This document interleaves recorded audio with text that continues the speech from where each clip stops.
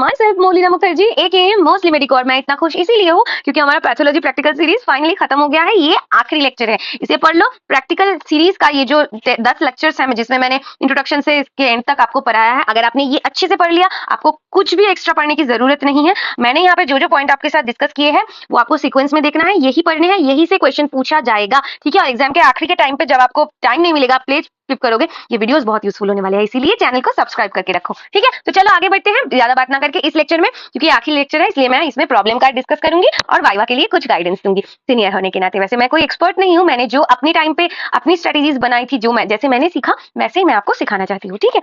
चलो अभी problem cards पहले डिस्कस कर लेते हैं। मेरे कॉलेज में जो जो प्रॉब्लम कार्ड्स आते थे मैंने उसके रिगार्डिंग डिस्कस किया है। अगर आपके कॉलेज में कोई एक्स्ट्रा प्रॉब्लम कार्ड से क्वेश्चन आए ऑस्पी में तो आप मुझे वो भेज सकते हैं या फिर कमेंट करके बता सकते हैं, मैं उस पर भी एक अलग से वीडियो बना दूंगी। पर क्योंकि मैं सीएनएमसी से हूँ, यहाँ का जो प्रॉब्लम कार्ड्स का सेक्शन था वो मैंने यहाँ पे डिस्कस किया है। इन प्रॉब्लम कार्ड यहाँ पे मैंने जो जितने भी प्रॉब्लम कार्ड डिस्कस किए हैं, शायद 11 प्रॉब्लम कार्ड डिस्कस किए हैं, इसके बाहर सीएनएमसी के हर एक स्टूडेंट को बोल रही हूँ कहीं से भी नहीं आएगा, इसी में से क्वेश्चन आएगा, ठीक है। इन्हीं को पढ़ना है, ज्यादा पढ़ के इनको मत भूल जाओ, इसे पढ़ लो, यही से क्वेश्चन आएगा, 100% गारंटी देके बोल सकती हूँ मैं, ठीक है। सीएनएमसी वालों के लिए, बाहर के कॉलेज के हो तो मुझे कमेंट करके बता दो, तुम लोगों के लिए भी अलग से बना दूंगी, ठीक है। तो इसमें क्वेश्चन देखो, female child aged 4 years complains sudden onset of swelling of face and scanty smoky urine 2 weeks after episode of fever and sore throat on examination, edema positive with periorbital edema।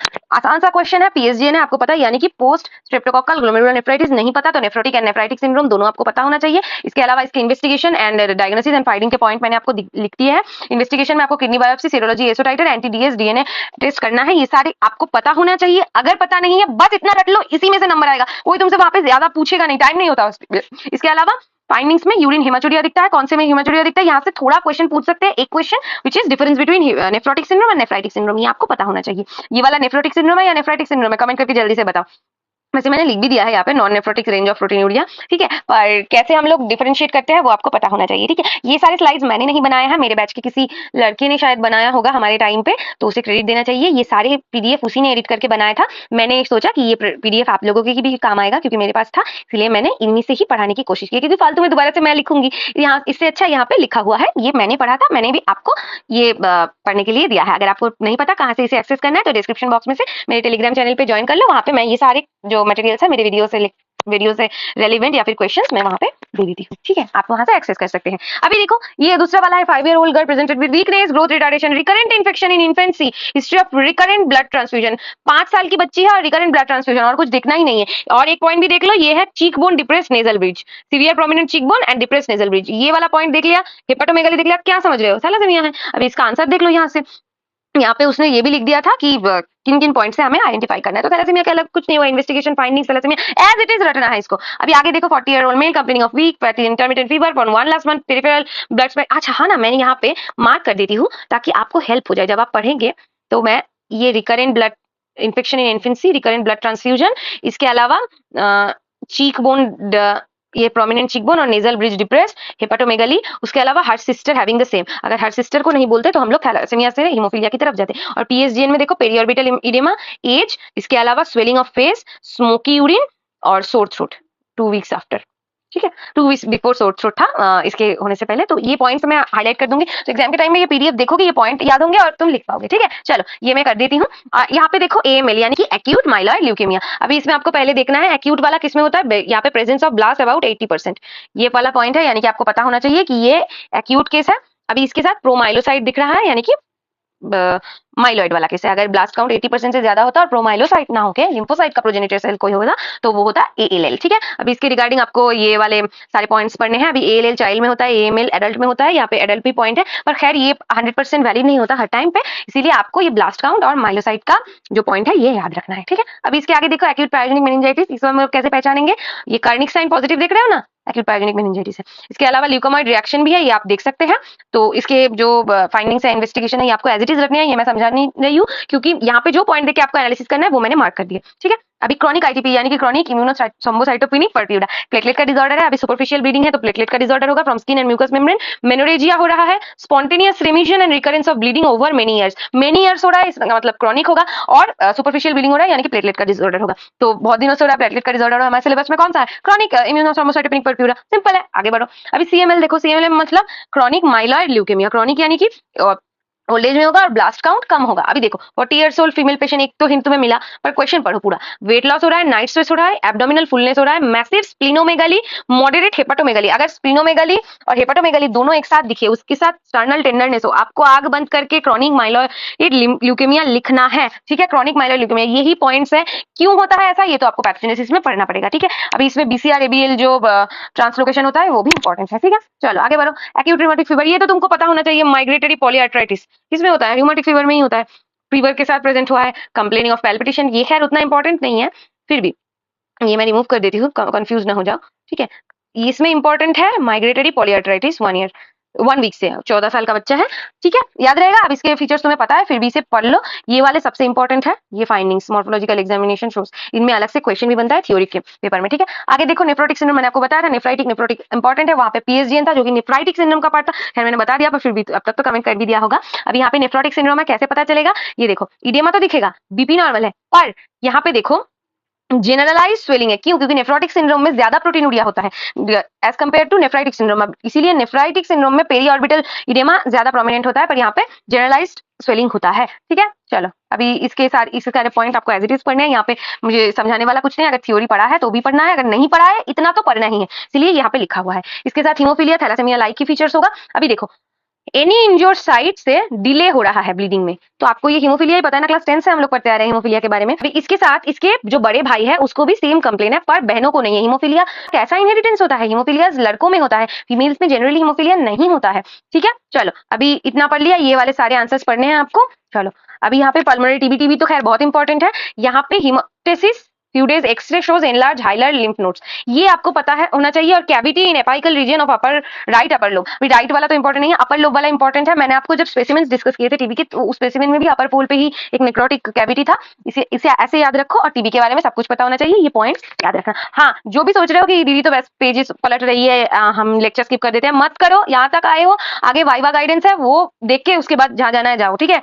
चलो अभी आगे देखो megaloblastic anaemia, strictly vegetarian diet दिख जाए, megaloblastic anaemia, और कुछ देखो ही मत, स्ट्रिक्टली वेजिटेरियन डाइट हमारे सिलेबस में मेगालोब्लास्टिक एनीमिया। अगर आगे भी देखना है, तुम थोड़ा टेंशन में रहते हो, हेपाटोस्प्लेनोमेगाली, लिम्फेडेनोपैथी, स्टर्नल टेंडरनेस। अभी अगर सिर्फ ये होता और स्ट्रिक्टली वेजिटेरियन नहीं होता, वेट लॉस होता, तो हमको किस साइड पे जाना पड़ता, हमको जाना पड़ता सीएमएल की साइड पे, ठीक है। चलो अभी इसके अलावा peripheral blood film shows presence of macrocyte, हो गया कंफर्म, इसे ऐसे एज इट इज पढ़ना है। अब ये जो मेन पॉइंट है which is viva tips, viva tips में मैं आपको सबसे पहले बताऊंगी कि आपको कैसा एटीट्यूड रखना है। पहली बात तो कि क्लीन ड्रेसअप करके जाओ, पर इसका मतलब ये नहीं है कि कुछ नहीं पढ़ा और क्लीन ड्रेसअप करके चले गए तो फिर मार्क्स मिल जाएगा, ऐसा नहीं है। ये एक्स्ट्रा पॉइंट्स है, ठीक है, जो आपको दिमाग में रखना है।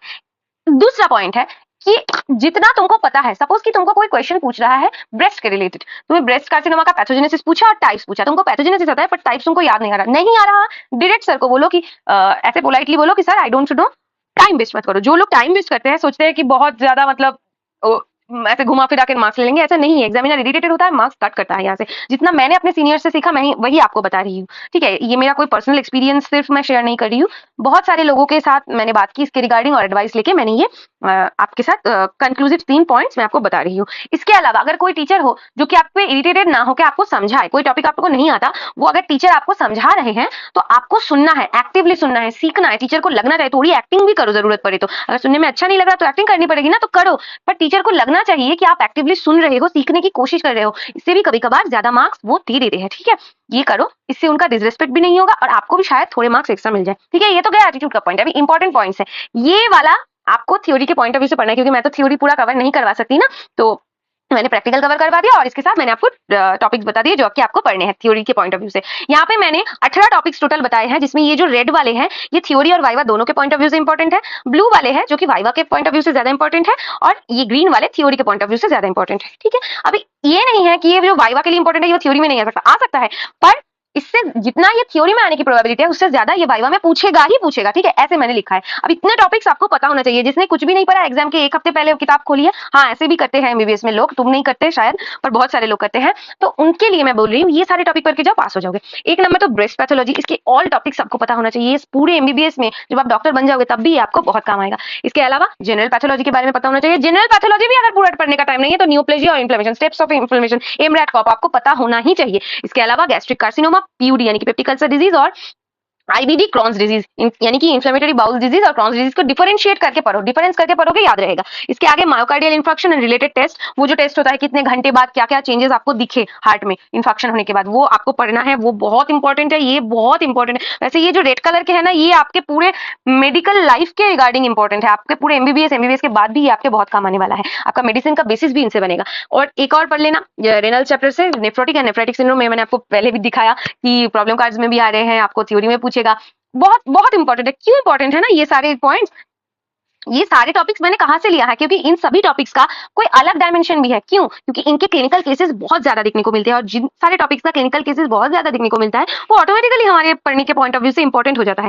इसके अलावा मैंने ब्रेस्ट को सबसे पहले लिखा है, इसमें भी ये जो सारे टॉपिक्स मैंने लिखे हैं, इसमें भी मैंने मोस्ट इंपॉर्टेंट से लीस्ट इंपॉर्टेंट तक लिखा है। वैसे तो ये सारे बहुत बहुत बहुत इंपॉर्टेंट है, फिर भी अगर आपको बोला जाए कि आपको ये मेनिंजाइटिस पढ़ना है या फिर ब्रेस्ट पैथोलॉजी पढ़ना है, आपको ब्रेस्ट पैथोलॉजी पढ़ना है। क्यों? क्योंकि जो टॉपिक मैंने ऊपर वाले पॉइंट पे लिखे हैं ना, उस टॉपिक का मल्टी डायमेंशनल रोल होता है। देखो ब्रेस्ट पैथोलॉजी अगर आपको देखना हो, अगर आपको ट्रीट करना हो, पहले आपको आइडेंटिफाई करना चाहिए, पहले आपको आइडेंटिफाई करना होगा, और आइडेंटिफिकेशन के लिए आपको ब्रेस्ट पैथोलॉजी पता होना चाहिए। और अगर ब्रेस्ट कार्सिनोमा का कोई पेशेंट है, आपको ट्रीट करना हो, या तो आपको सर्जरी करना पड़ेगा, या तो मेडिसिन आपको पता होना चाहिए, मॉडर्न मेडिसिन जैसे नया नया बन रहा है। पहले तो आपको उसको टेस्ट करना है, टेस्ट करने के लिए पैथोलॉजी बायोकेमिस्ट्री पता होना चाहिए। अभी वो नॉर्मल है, एबनॉर्मल है, इसके लिए आपको फिजियोलॉजी पता होना चाहिए। ब्रेस्ट पैथोलॉजी के लिए ब्रेस्ट का इंटरनल स्ट्रक्चर एनाटॉमी पता होना चाहिए। इसके अलावा ब्रेस्ट पैथोलॉजी के कॉजेस पता होना चाहिए, उसके रिगार्डिंग उसका मेडिसिन पता होना चाहिए, यानी कि फार्मा और मेडिसिन का भी टॉपिक आ गया। इसके रिगार्डिंग इसमें गायनी का भी टॉपिक आता है, क्योंकि फीमेल का एक एज का फैक्टर होता है, वेट का फैक्टर होता है। उसके अलावा इसमें सर्जिकल नॉलेज भी आपको होना चाहिए। देखा आपने कितने सारे सब्जेक्ट्स कोरिलेट करके एक टॉपिक पे आ रहे हैं, यानी कि ये टॉपिक यहाँ पे है और सारी तरफ से अगर रोशनी आए तो ये बीच वाला टॉपिक ज्यादा मतलब